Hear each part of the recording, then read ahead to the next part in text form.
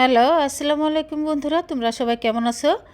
আজকে আমার মামার বাড়িতে বেড়াতে গিয়েছিলাম। সেখানে দেখো বিড়ালকে ওখানে ভাত মাখিয়ে দেওয়া হয়েছে গরুর মাংস দিয়ে, খেতেছে। আর এখানে এই যে দেখুন সুন্দর ফুলকো ফুলকো চিতই পিঠা বানানো হচ্ছে।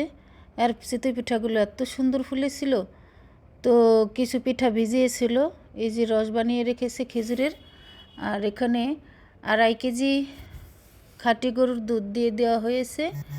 অনেক সুস্বাদু হয়েছিল ভিজানো পিঠা খেতে। আর সময়টা অনেক ভালো মুহূর্ত কাটিয়েছি।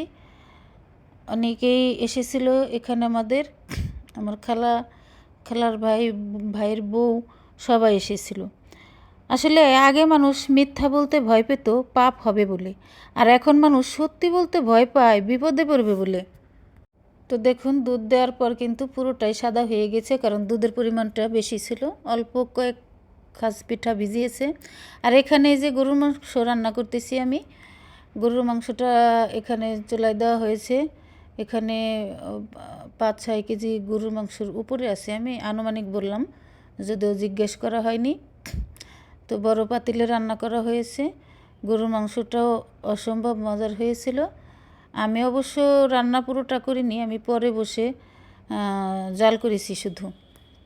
তারপরে হচ্ছে ঢাকনা দিয়ে সুন্দর করে এটাকে জাল করে নিয়েছে। আর এই যে কড়াইতে হাঁসের মাংস রান্না হচ্ছে।